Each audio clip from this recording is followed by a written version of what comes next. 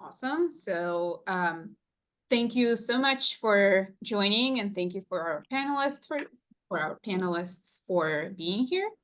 My name is Anna. My last name is Anna. My full name is Anna Gorilova. I'm the acting president of Appalachian Science Communicators, and we're a group of science communicators that were founded in early 2019 with the vision to provide science communication support and camaraderie in a traditionally underserved part of the country. Appalachia refers to cultural regions in the central and southern portions of a mountain range extending from New York to Mississippi. And our membership spans states with areas touching the Appalachian Range from New York, Pennsylvania, Ohio, West Virginia, Maryland, Kentucky, Tennessee, North Carolina, South Carolina, Georgia, Alabama, and Mississippi.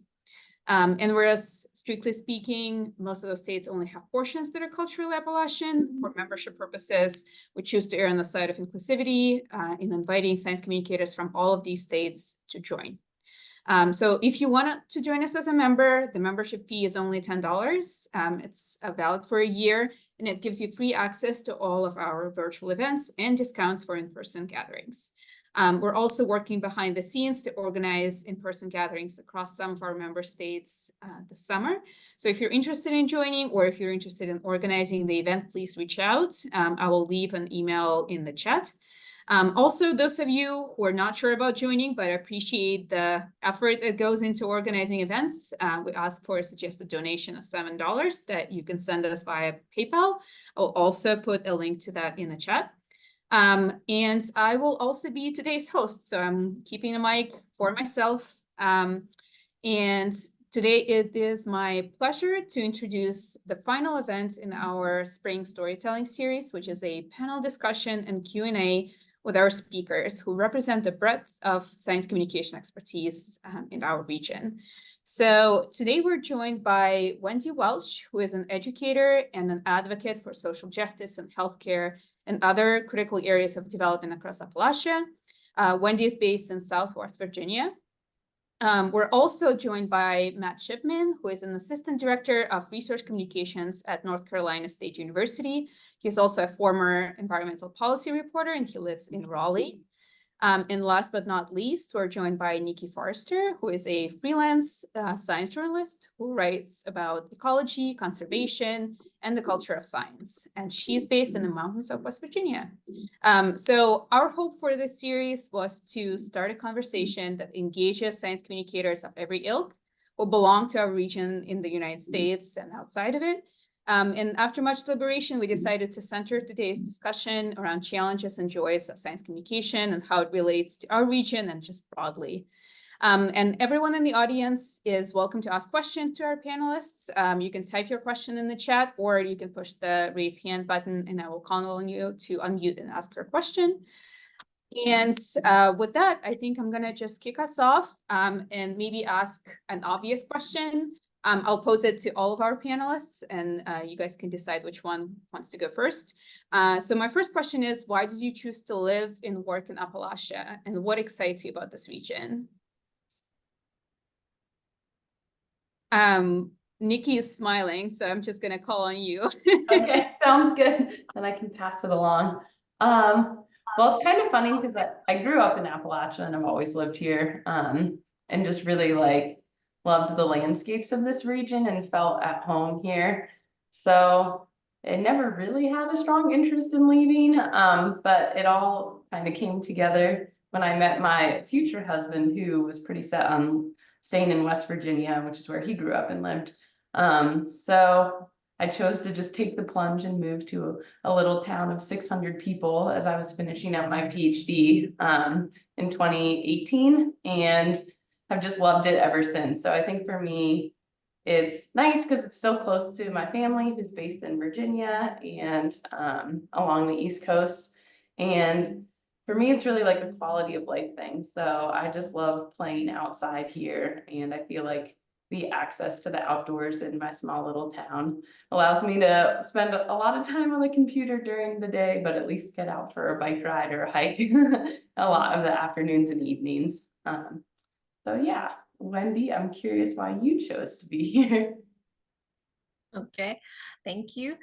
I grew up in Michigan, in a suburb of Detroit, and I was the child of misplaced Appalachians, displaced Appalachians. My paternal grandparents went north during the Great Migration in World War II so that they wouldn't starve to death out of Tazewell, Tennessee.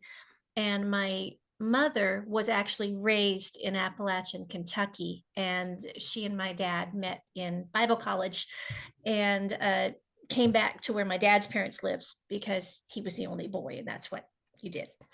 When I graduated from high school, I did not know a lot of things about, well, okay, I need to back up a second. We ate Appalachian, we talked Appalachian, the swear words we used when we were angry were Appalachian, and everyone around us was also Appalachian. The town I was in was called Taylor, and it was known as Taylor, Tucky in the area because we were all transplanted Appalachians. But I didn't understand it as a distinct identity until I got into high school and I discovered folklore, and I discovered a book called Tales of the Cumberlands in the college library, in the high school library that I was using. And that was it. I recognized so many things in there and from there. So I graduated from high school and went to University of Tennessee for my college degree and just never left after that. Well, okay, I did get married and moved to Scotland and then came back from Scotland with my husband. So over to you, Matt. So I feel like I've got a bit of imposter syndrome here, as while I've lived my entire life in Appalachian states, I've not actually lived in Appalachian country. And so when I have spent time there, and I've spent a lot of time there, it's been as an outsider, it's been as a visitor, and I'm very aware of that. So I will instead tell you where I'm from and why I live where I live. So I grew up in southeastern Virginia, what we call the Tidewater area. So I'm more of a swamp person than a mountain person, which suits me right down to the ground. Humidity is my default setting.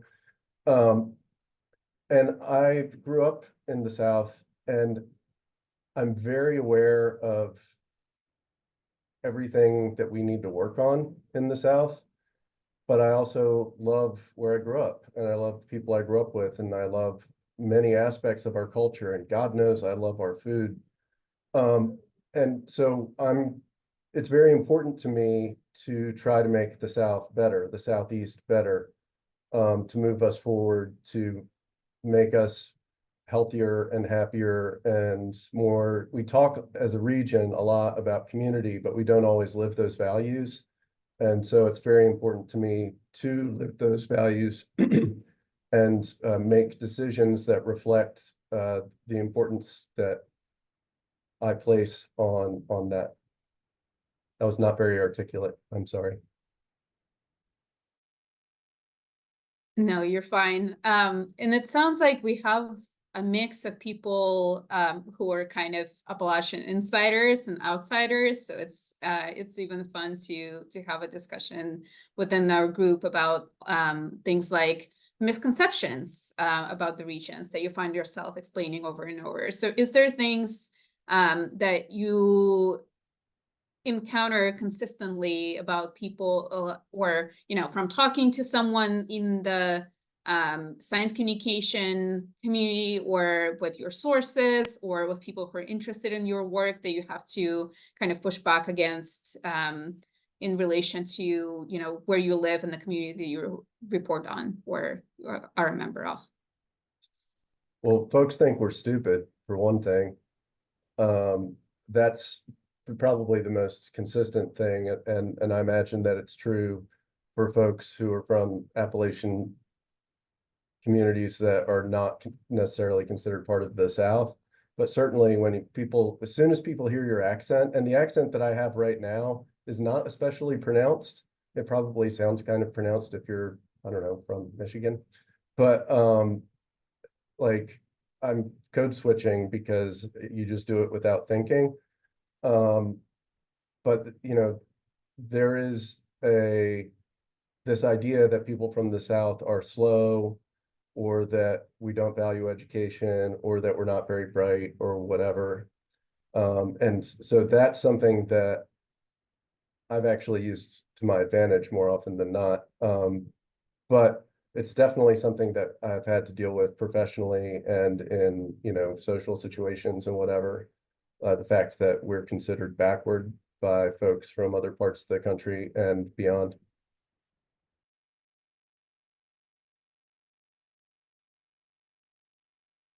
Pick it up and then turn it over to Nikki then. Picking up on what you said, Matt, yeah, I think I work in kind of the intersection of public health, clinical health, and culture. I work with doctors who are training here in Appalachia, most of whom are CFAs, come from a ways, and some of them are come from other countries, and some of them are come from urban cities. I think the impressions that they have when they come here are that their patients are fatalistic. They are that it is a patriarchal culture, and that there is not a great deal of what's the word I'm looking for? Not enthusiasm, of aspiration. That we are not motivated people. Kind of goes back to what Matt said. I think the word lazy hovers in the background.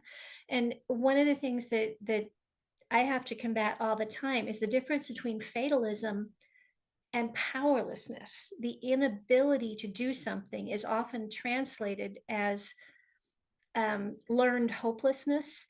And doctors absolutely hate it when I give the lesson on learned hopelessness and I say, yep, what you really have to guard against as a doctor is your learned hopelessness towards your patients, because you are going to believe the minute they open their mouth that certain patterns fall into truth about the way they act, and you've got to get over that. And they stare at me, but it needs to be flipped on its head. We need to understand each other as individuals within the pattern of our culture. We're not a fatalistic people. We are a group of people who understand certain limitations that are not imposed by other people. There's a famous quote by, I can never say his name right. He wrote The Chosen. It's Chaim Potok. He's actually a Jewish writer. And he says, the fish in the river don't understand when they see a fish with a hook in its mouth and it's flipping back and forth and sideways. And they think that fish has gone crazy because they can't see the hook.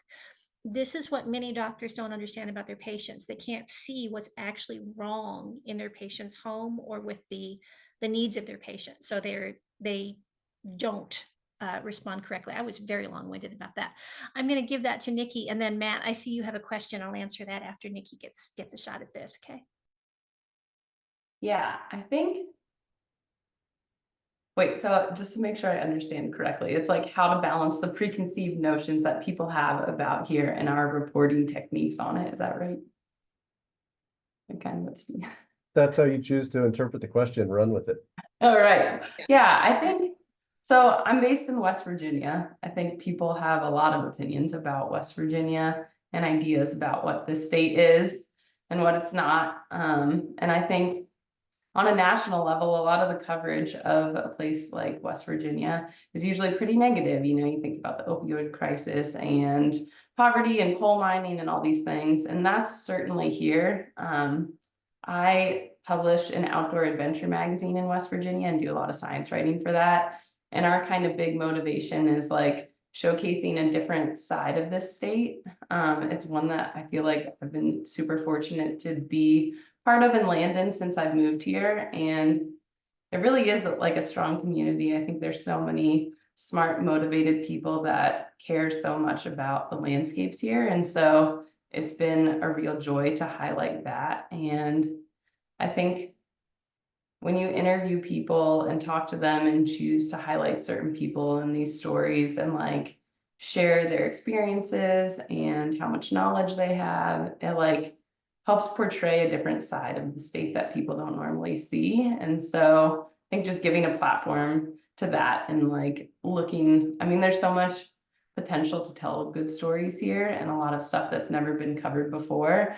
And so like, I think that's another perk of freelancing here is there's just a lot of room for people to come in and tell different stories about this place. So yeah, I'm not sure if that answered the question, but there's a lot to push back against on, but there's so much material here to use and people to highlight to help you tell a different story about this place. Yeah, I love that. I love that it's, treating treating these conversations as opportunities rather than like something that boxes us in. So, and I'll come back to it in a little bit, but I want to go back to the question that Matt had asked Wendy, so he kind of gets a first perk on the question. So the question is, do folks who are coming from outside the US have fewer preconceptions about Appalachia than folks that have moved to Appalachia from other parts of the United States? It depends on where they're from. The larger misconceptions come from people who are from urban areas. Most of our residents from outside the country come from suburban or rural areas of their country. We've got a guy who just graduated from Yemen who was one of the most compassionate people I've ever met.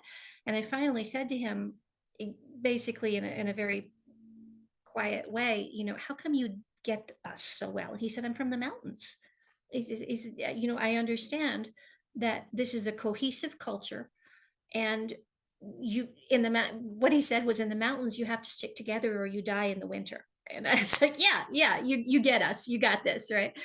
He also understood, I said a minute ago, that people preconceive Appalachia as a paternalistic culture. Health is maternal. All health is maternal. Urban, rural. If they colonize Mars, health will be maternal on Mars. It is a maternal aspect of life, and he knew that right away. And he never ever talked down to a patient, even when the patient talked down to him, because they perceived him as a foreigner with an accent that made him suspicious. He was the epitome of Southern hospitality, of Appalachian mountain hospitality in all of his dealings with people.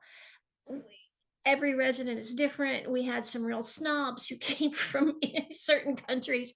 One of my absolute favorite, of course I don't have any favorites, but if I did, one of my absolute favorites was a woman from Kerala, India, which is a wealthy southern part of India that has a real dichotomy in its wealth. It has poor and rich and almost no middle class. And she talked about dealing with starving children. And the only thing she could do was give them tea with a lot of sugar in it. And she talked about the poverty of obesity being a poverty disease here. And she understood all of those things so well and so quickly. I think one of the frustrations for these residents is when you don't have the right accent, people in leadership will not listen to you as quickly. And they understood very well and very quickly what was going on. But because they were translating it from another country of experience into what they saw in Appalachia, they couldn't get it right. And then I was in a meeting, and I'm sorry this is going to be a longer answer, but I'm going to turn it over to you guys. I was in a meeting with the senior leadership of the hospital system where all of these residents worked. And these guys stood up at the front of the meeting and said, well, we've got to teach the people who live in Southwest Virginia to have ambition for their children. 3 nurses came up out of their seats. I didn't think that guy was going to get out of there alive. And we explained to him clearly the difference between ambition for your children and losing your children, because there was nowhere for them to work here in Appalachia with the high skills they would gain through specific education. And there was no guarantee they would get those jobs, and they would be saddled with debt. They were attributing that to a lack of ambition and to fatalism, and we were attributing it to common sense. People will support everything their children need, except watching them have to fail. So I want to, does Nikki or Matt, do one of you want to pick up from there? Or are there other questions? I mean, I think you captured it so well. And just the understanding that people have from growing up in similar experiences and conditions, no matter where you are on the globe, and just empathy that comes with, being in tough places. And we have Christina in the chat who just said that it really puts into words her own experience. She says that she grew up in a steel town in Germany, and there seem to be a lot of similarities with those cities and communities here. So I guess a related question that came up was that the question of trust. So trust has been historically hard earned in Appalachia, and Appalachians were taken advantage of in the growth of this country. And that gave a significant distrust to outsiders, like Wendy just alluded to. So I guess the question is, have you encountered that sort of distrust? And if you have any advice to offer to science communicators living in Appalachia, or maybe who are trying to report in Appalachia from outside of here, who are not originally from here, or even outside of science communicators. So how to gain trust in the community? I've had quite a bit of experience with this. I'm just speaking up because I abhor silence, not because I think I know more than Wendy or Nikki.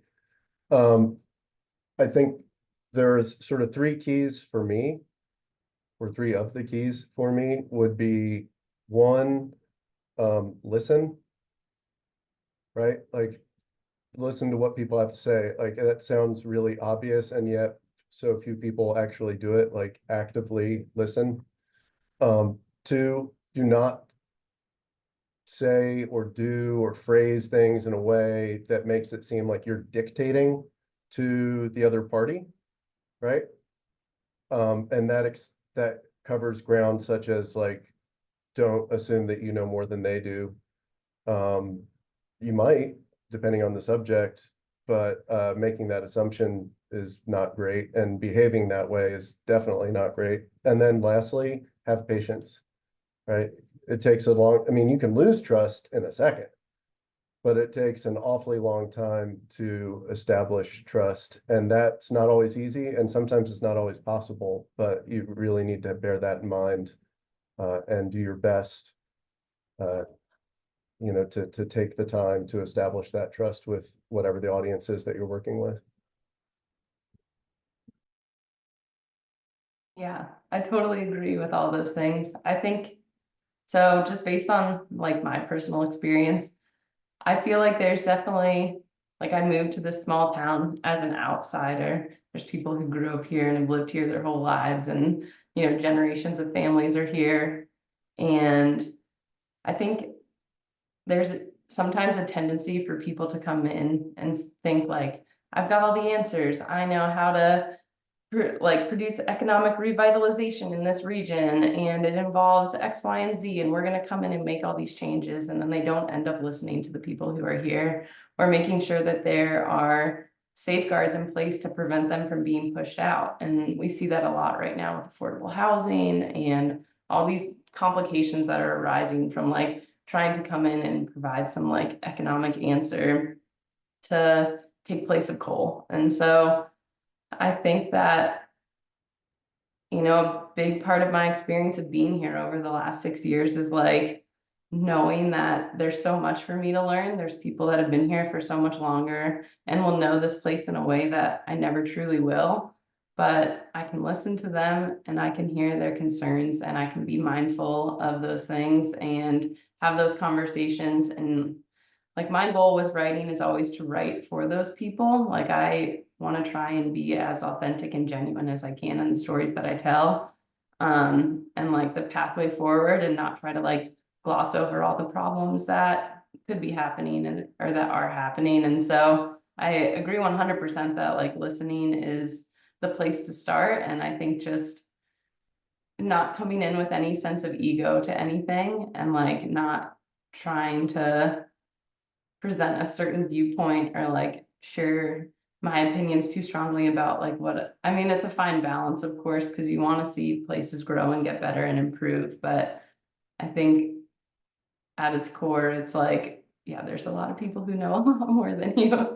And so finding the time and the place to introduce, you know, your expertise and things that you care about and things that you feel passionate. But I think at least here, it's like proving that you have something to give and contribute, and that you're in it for the long haul, and you're not going to leave when things get hard, and you're like invested in the community. And that's how I built trust with people here, is like, I'm not going to walk away. I have something to bring, and I'm going to like do everything I can to make sure that my money's going to local businesses, and I'm supporting people and writing stories that they care about, and like making an impact in a way that's meaningful, I think, for people here. Yeah, I'm gonna pick up on what Nikki said and maybe move into Mark's question about Appalachia as a source of stereotypes in the news, or as a baseline of stereotyping in Appalachia stories. I think what Matt and Nikki have touched on involves the concept of rural areas as urban light or urban wannabe. Now, there are areas of Appalachia that are urban, but I work with and for rural, so I think rural. And when you hear someone like Nikki was just describing, who's come in, it's like, I'm gonna lead us into the 21st century. And you're like, we don't want what you're describing. It is described again as a lack of ambition. You just don't understand what you could have. They probably do. They probably understand it really well because they've seen it. The one of the mantras of our organization is, if the problem is in the community, so is the solution.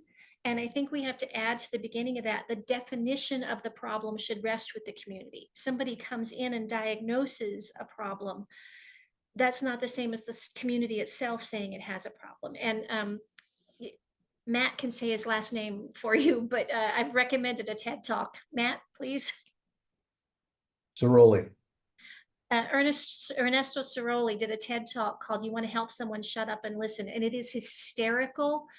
And at the same time, it is beautiful in its description of what it means to go somewhere as a great white savior, as opposed to someone who's in it for the long haul. The other thing I wanted to add to that was there's actually literature on this. It takes 6 years. It takes 6 years to get invested in a community enough that they believe in you and trust you, and you will see a diagnosable flip in your 7th year of living in a community, when you actually embed, you buy a house and you basically put out all the signals that say you're not going anywhere. You enroll your kid in daycare and you pick a church. That's you. What Matt was talking, I'm sorry, what Mark was talking about in stereotypes, I heard a really good quote, and then I think I want to just pass it to Matt or Nikki about this, that Appalachia is the canary down the coal mine for the United States. The things that are going to go wrong in the United States go wrong first in Appalachia and the Ozarks. Sorry for the Ozarks, but we are focused on Appalachia. And what we see in the opioid crisis, if I hear the word epicenter one more time, right, Nikki? Just stop it. Just stop it. The opioid crisis, the economic crisis, the what happened with COVID was fascinating, because we actually in rural areas lagged COVID. Everybody else started burning in May, and we started burning in October, and that was fascinating. But I think that was the best description I'd ever heard of how we are misunderstood in the media. It happens to us first, and it happens to us because we're bad and stupid and lazy and poor, and it's a sin to be poor in the United States. I'd love to turn that over to Matt or Nikki. Matt's nodding, so he goes first. Nikki. So I agree with everything that Wendy said. But what I've been thinking about was, we were talking about treating people with respect and like cultivating trust with audiences. And to tie this very explicitly into science communication, right? Like, let me back up here. We're going to talk about something called the information deficit model. I'm sure some of you are familiar with it. Some of you might not be. So the information deficit model is this long-standing model, which was sort of the driving force behind science communication efforts for many, many years. And it's this idea that if you give people enough information, then they will make good decisions, they will do whatever it is you need them to do, right? That they will adopt your way of thinking on a given subject. However, the information deficit model, after being studied for many years, does not work.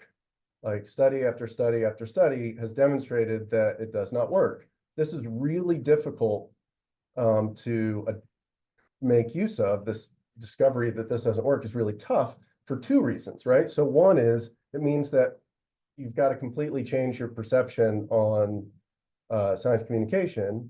The other is that the information deficit model is really freaking simple, guys, right? So like, no matter what the audience is, no matter what the subject is, you can use the same approach. We'll just give people more information, right?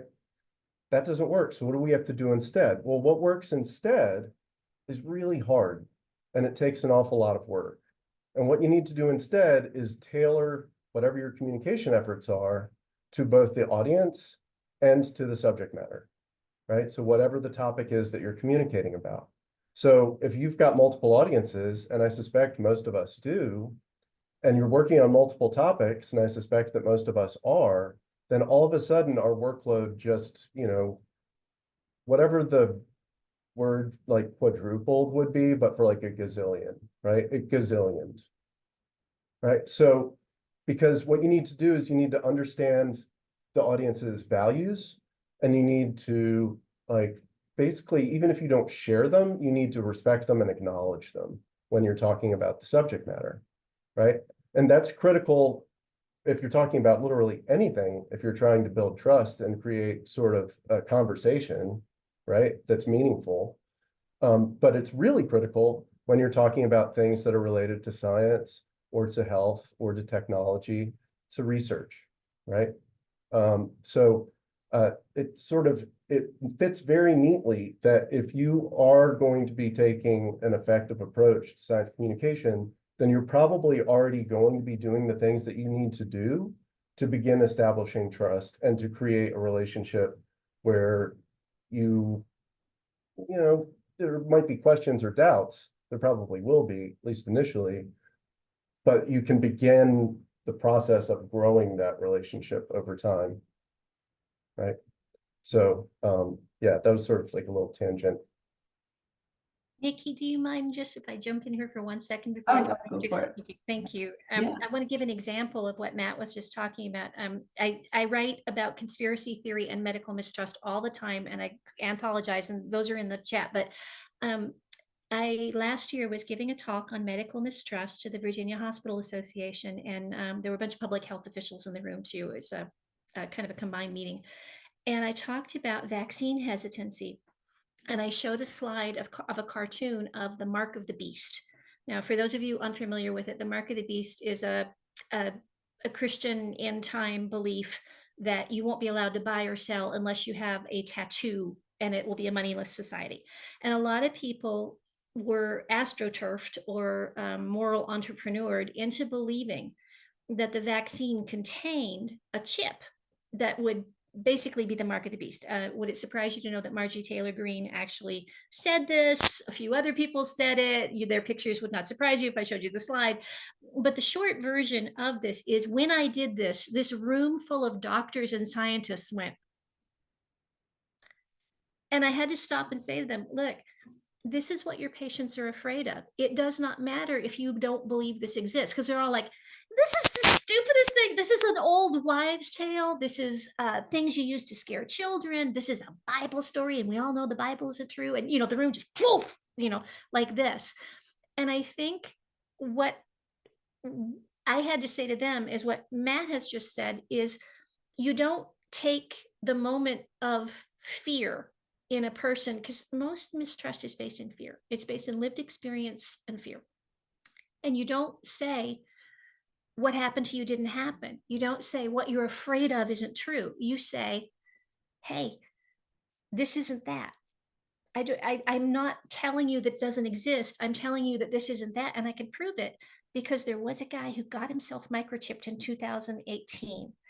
And it hurt like the dickens. It made a sore. It was big. You can't put a chip that small into this vaccine. And they're all just staring at me, because the juxtaposition of religion. Oh, dear God, she brought religion into the room full of scientists, and taking it seriously and showing them the photo of he was a Business Insider magazine writer who had actually had himself chipped. It was fascinating to watch. I want to turn that over to Nikki.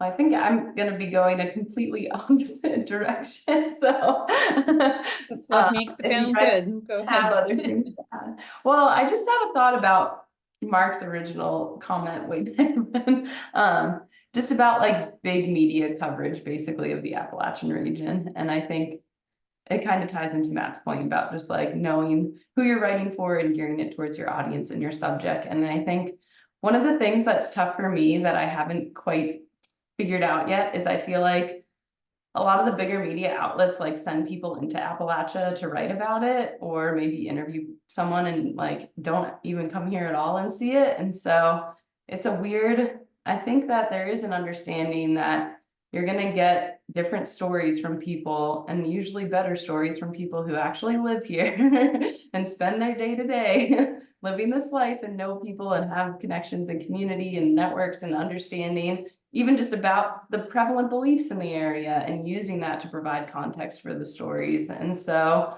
I don't know how, and I haven't had a huge, amount of success like getting my toes into the big media waters and like advocating for having people from Appalachia actually write about Appalachia. But I think that would lead to so much good for this region, is to like have people who actually live here be the ones writing about it. Like the thing is, folks like that exist, right? Like in two contexts, right? So one, I know a lot of reporters, for example, who are from the South, right? Like during the pandemic, there were a lot of science and technology reporters who moved back, for example, to this area, the Triangle in North Carolina. But they had been living in Boston or San Francisco or New York previously, because that's where you had to be in order to do your reporting. So if they were going to parachute in reporters, which is a term that we use, right? Then why not parachute in reporters who are actually from the area you're talking about? That's one thing. The other thing is, like, so I'm on the board of the National Association of Science Writers, and we have members all over the place. So there are science writers like Nikki, for example, who like live in Appalachia, right? So like they exist. You wouldn't even need to parachute one in. You could just use some of your freelance budget to hire somebody that's already there to do the work, right? It's one of the things that makes it so frustrating, because whenever you're talking about anything, but really, especially whenever you're talking about health or science, like context is so critical. And if you lack that context, it's going to be incredibly difficult for you to understand what people are talking about correctly or accurately. It's very frustrating. I'm sorry for hijacking that. Oh, I agree. Yeah. And it's, I think too, there was another comment about it, but it's like, yeah, there's so many, it seems like science journalism is based in cities, but there's also so many people that are based in rural areas that are also great writers and journalists, and like have a unique perspective to bring to the story. And so I think the focus on resources for science journalism in urban areas, and it, like when I first got into this field, I also felt like there was this prevailing belief that like, if you don't live in a city, that your career will be hindered in some way because you won't have networking opportunities and you can't take an editor out for coffee. And I've definitely felt that to some extent, but it's also like, but I want to be here, and there's still so many benefits to being in a rural area that you can't get in a city. And so I'd love to see more of a focus on that as well. I see that Mark has his hand raised. So Mark, go ahead and ask your question. Yeah, I hope this isn't too much of a sharp turn away from the discussion that's been going on. But so a couple things. First of all, with what you just said, Nikki, I mean, I hope in a small way that what we're trying to do with this particular version of Science Writing Group is helpful in that. We're trying to establish a network of people who actually live and work in the Appalachian area, even if some of us are just sort of on the fringes of it technically. The thing I wanted to bring up, and I'm sure maybe all three of you are already familiar with this, but it's the work of Dan Kahan at Yale. And the reason I wanted to bring it up is because I think it's kind of a counter narrative to some of this thinking that you've been talking about, that people in impoverished areas or isolated areas are more likely to be susceptible to conspiracy thinking or to misinformation or bad information. And his work has shown that when you take people who hold strong views on certain controversial topics like climate change or evolution or vaccination, if you, for instance, test people who don't believe the proposition that climate change is caused by human activity, they will often score higher on a standardized science knowledge test than the people who believe the right theory. And what he has concluded from this is that tribalism always trumps education and knowledge. In other words, that this isn't fundamentally always an issue of people who know more and people who know less, but it's an issue of people who have decided to align themselves with a certain group and will stick with that group's beliefs or values, even when you could arguably say they ought to know better. And to me, that is one aspect of this that kind of goes against the argument that the real problem with being able to communicate science clearly and get good responses is because of certain people's ignorance. And it also is obviously happening in areas far outside of places like Appalachia. So that's just a thought I had, but I wondered how that strikes you and whether that makes sense to you, and how you see that fitting in with the things you've been talking about in regard to the region. Start if you guys want. The two primary drivers of conspiracy thinking have been studied down to a science, and they are a proclivity toward chaos. Like, you're not the person who wants your once your citation's perfect, you're willing to round a number. It's not that you are not interested in truth, it's that you are casual and chaotic. The second one is a sense of disgruntlement. At some point, you have some belief that you are part of a victimized community, or you as an individual have suffered from some victimization that has to do with the power structure. So this sense of disgruntlement and this sense of chaos. Now, this is hard for people to believe and to swallow, and it's why I don't talk about conspiracy theory in public a lot. There are equal conspiracy theories among intelligent people and people who are both lack formal education and would be considered unintelligent, both of those things. There are conspiracy theories among educated, formally educated people. Believe me, get up to the dean's dinner table and hear what they're talking about. And there are conspiracy theories in rural and urban areas. But the sense of powerlessness that permeates a rural area will make them susceptible to what are called moral entrepreneurs and astroturfers, people who have an agenda, usually to gain power or money, by saying, for example, the vaccine is the mark of the beast, you shouldn't take it. And they are not benevolently interested in the people they are talking to. Rural people can be somewhat more susceptible to that, as can any marginalized inner city group, because they are left out of political discourse. I went so fast through that because I'm trying to. Thank you. That makes a lot of sense to me. Yeah. I'll just share some personal anecdotes on that, but I guess key takeaway is that I agree. I feel like it's always all personal, and I have a friend who works for the Nature Conservancy that's actually based here as well, and he works on their global carbon team, and he was like, beliefs in climate change are never about science, it's always about some personal reason. And I definitely feel, in like the tribalism aspect as well, I feel like there, and this is just me speaking about this town because that's what I know, but I feel like there is a sense of like, we have been forgotten and therefore we need to be independent and strong and resilient and gritty and like fighting against all odds.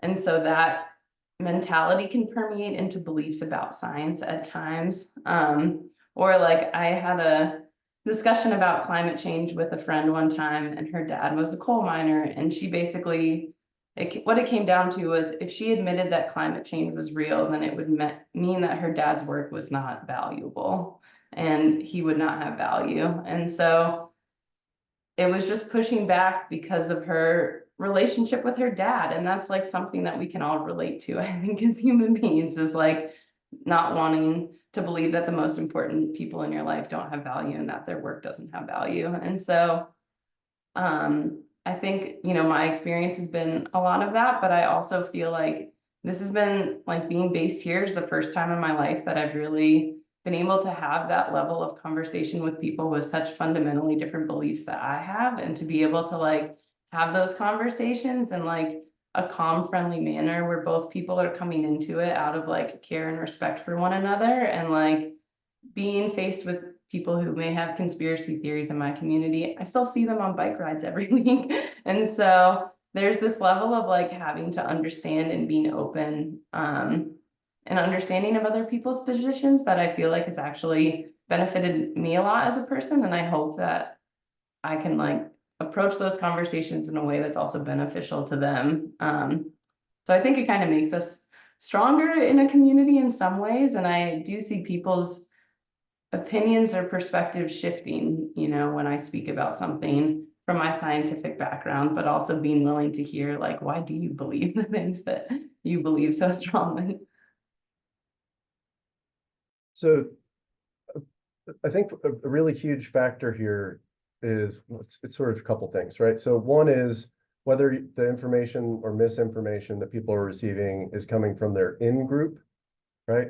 So that in-group could be somebody, like whatever's important to them, right? So it could be somebody that they attend church with, or that they're in Lions Club with, or it could be a political affiliation, or it could be somebody that they, you know, go to Mountaineers games with, or whatever, right? Like it's going to be whatever constitute. We are all members of many different groups.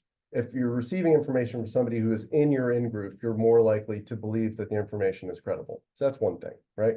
There are other variables that come into play as well, right? So, for example, if the subject matter, the thing or person that the misinformation is about, is something that you already have some reason to distrust, then again, you're more likely to accept it.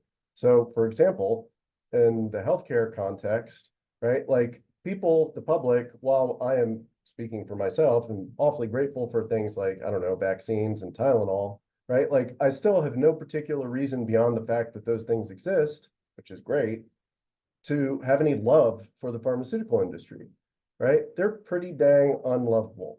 And they've driven that message home repeatedly. So if somebody said something awful about the pharmaceutical industry, and I already think that the pharmaceutical industry stinks, then I'm going to be more likely to accept that. So if it's from the in-group, my in-group, and it's telling me something bad about a thing that I already think is bad, I'm more likely to accept it, right? And then the third thing is emotion clouds our judgment. That's true for everybody, and it's true for most things. So if the subject matter, if the misinformation intentionally or unintentionally triggers like a visceral response, right? Like anger or grief, something like that, then it's sort of trying to brush right by your intellectual filter, right? I'm going to break this down and see, does this really make sense? No, instead you're just like, oh, I can't believe the pharmaceutical industry did that, right? You're going straight to rage, right? So, and there are additional variables, but like those are three big ones that come into play in a context like this one, right? And so to like provide an anecdote for, because that makes it seem kind of hopeless in a sense, or it can. So there's a guy that I'm friends with who he knows everything that there is to know about heating and cooling stuff. He is the king of HVAC systems, as far as I know. He did not graduate from high school. He is an HVAC technician, and he's my bud. And recently, he and I were talking, and he was telling me that he had never gotten a flu vaccine. And I was like, oh, why not? And he had his reasons, right? And because we're friends and he knows that I don't think he's stupid, right? I kind of think he's a wizard, frankly, because HVAC systems are magic as far as I'm concerned. I was like, well, I've had mine. I was like, do you want me to talk about like how they work and stuff? And he was like, yeah, sure. Like I have asked him many times how different things work. So it's a two-way street, right? And we talked about it, and he was like, maybe, you know what, this year I will get the flu vaccine. Like, that doesn't sound so bad. That makes sense, right? But I was only able to have that conversation with him because he is willing, I'm part of his in-group, right? He's willing to hear me out. And I was not talking to him, like telling him what to do or whatever. It was just a conversation between two friends, right? So like, that's one person and it was one conversation, but that's how you win. That, you know, those things add up, right? One grain of sand at a time, before you know it, you've got a beach.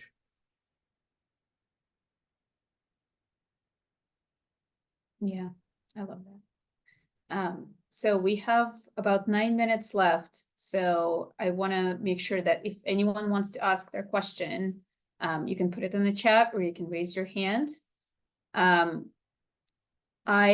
do, well, not to continue with like the doom and gloom theme, but I do want to ask about sort of the how political climate might affect science communication, and with the election coming up, and we know what happened in 2016. So how do you think about political climate, and if you have any concerns about how the election could affect perceptions of perhaps even people like you who build their livelihood on communication of scientific discovery in Appalachia?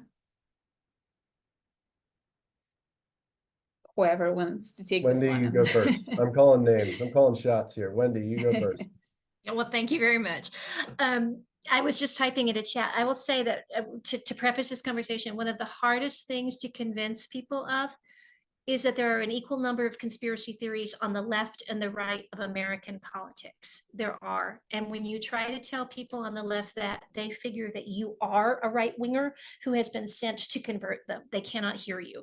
This is a big problem. The actual question about the political climate,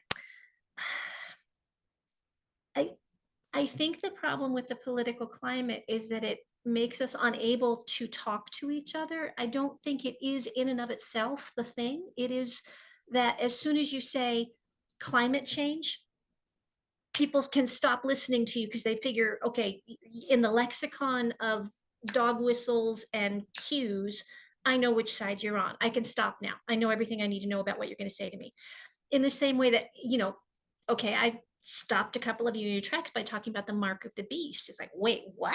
The fact that some people know about some things and some people know about other things in a political context is less important, I think, than finding language where we can share common human experiences. I don't care if we have a left wing or a right wing president in the sense of life on Earth. I only care that I think there's one guy who's going to do a better job of looking after certain people, and I want that guy. And I think there's one guy who's better at not making us hate each other, and I want that guy. Those are my decisions. But to say that people who believe in the other guy therefore must automatically be racist is to exacerbate the problem. And it's very hard to stop ourselves from doing that. I think finding common language, one of the things we do in healthcare is we say, when we were trying to expand Medicare, was if you were talking to a Republican, we said, this enables people to pull themselves up by their bootstraps. And if we were talking to a Democrat, we said, this gives people who can't get themselves up a lift. It elevates them. Same concept, different language. We didn't have a fight. Turning it back to Matt. All right, Nikki. Well, I'm directing traffic here. Come on. Yeah, no, this is awesome. I have a lot of complicated thoughts on this, but I'm in West Virginia, so it's obviously a tough state to be politically. And we just had our primary elections today, but it was kind of nice going in and seeing everybody there, and just, I guess in terms of the way it impacts science and science communication is just resources for it and funding and broad support for that kind of work. I think that I mean, I agree with Wendy. It's like, it's all about the way that you talk about it. And there's ways, I think there are so many shared common values regardless of political party here, especially when it comes to land and the treatment of the land and the species that are here. And so I always try to focus on those things because I feel like there's broad support for that. And people are no stranger to the bad environmental impacts and how it affects their land and flooding and all sorts of issues. Like, we have serious scientific challenges that we need to tackle. And I think, it's just trying to be strategic about how you talk about them in a way that's gonna keep the most people on board to support the things that we feel like all need to happen in order to help our communities be stronger. And so it can be tough when you're in a political landscape where it feels like maybe there's not that support from the big higher up levels for the stuff that you want to see, mostly funding for government agencies and those types of things. Or I just was at a fish hatchery last week, and he was talking about how there's only 2 of us here, and we're trying to do freshwater mussel restoration for 60 or 70 species. And when you only have this amount of funding, how do you even pick which species to focus on? And he's on call 24/7, and it's exhausting. And so it's I think once people hear about the humanity of what people are experiencing because of certain environments, and conditions, it's easy for people, I think, to be okay, we don't want that guy to be in that situation because that sounds awful. Let's get him resources to help support that work. So yeah, I guess that's not really coherent at all because I haven't thought about it too much, except that I think it's important to find ways to talk about the people aspects of it, because I think that those are things that everyone can support, and they want to see improvements in everyone's, lifestyle and resources. And I just think there's a lot of value. You can have a big impact being here, and there's a lot of value to just being here. And even if it's hard sometimes, it's worth putting your voice and votes in the ring, because that's the only way change is going to happen. Yeah, I mean, Well, yeah. I'm sorry. It's there are several things that I think could come into play. I can think of many, but 3 that I'll mention very quickly because we're running out of time. So one is that, and to be clear, first of all, I'm an independent, right? I hate organized political parties, but broadly speaking, there's one party right now that is substantially less likely to show their work in terms of evidence-based decision-making and policy development, right? So that will actually say, hey, here's why we made the decision that we made, and here's the rationale, and here's why we did what we did. And then there's one party that's just we did this because we hate that, right? Or whatever, right? There is no rationale. Read some party platforms sometimes. They're kind of terrifying, at least one of them is. And the second thing is that one of the parties seems to be very, very focused on short-term thinking, right? They're focused on the next quarter and no further. And we're facing a lot of challenges that, this is nothing new, but challenges that tend to be chronic challenges. They're challenges that develop slowly over time, and they're huge. And they need, solutions that take effect over time and address underlying causes. And then thirdly, there's one party that has demonstrated, and it's not as great as I would like it to be, but it's certainly demonstrated more of a commitment to devoting resources to communicating with the public. To be clear, it's not great, right? I started as a reporter in DC in 1998, and the George W. Bush administration was awful. It cut off access to a lot of information about what the federal government was doing. But the Obama administration was actually worse, right? So that's not entirely a party thing, but one party is much better than the other. You can guess which. So between those 3 things, those all scare the shit out of me, pardon my language. As a communicator, as somebody who works in, close relationship with science and technology and development. So yeah, that's some of the many things that I lose sleep over. Good times.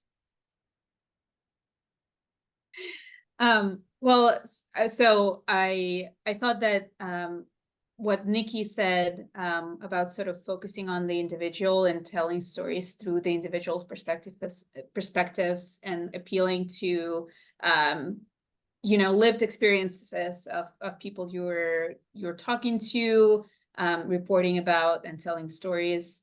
I think that's very important, and that's something that we hopefully can take away from today's panel. And we're at the end of our time, so I just put up another plug in the chat for AppSciComm.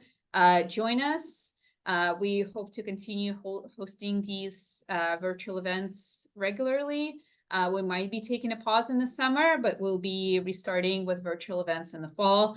In the summer, though, we are planning some hopefully in-person outings. So if you're at a member state and you want to help organize an event, or you have an idea, get in touch with us. I have an email address in the chat. And if you enjoyed today's discussion, send us a tip. $7 is a suggested donation, but truly, like, every cent counts. We're a volunteer run, and this helps us pay our wonderful speakers. So this all goes for the good cause. And it sounds like everyone is thanking the panelists. Thank you, everyone, for being here. Thank you for joining us at 4 p.m. And go enjoy your dinners and commute to work if you're commuting, or outside to home, back from work, which is where I am right now. So thank you so much, everyone. Thank Take you. care, y'all. Yeah, it's great. Bye. Thank you. Bye-bye.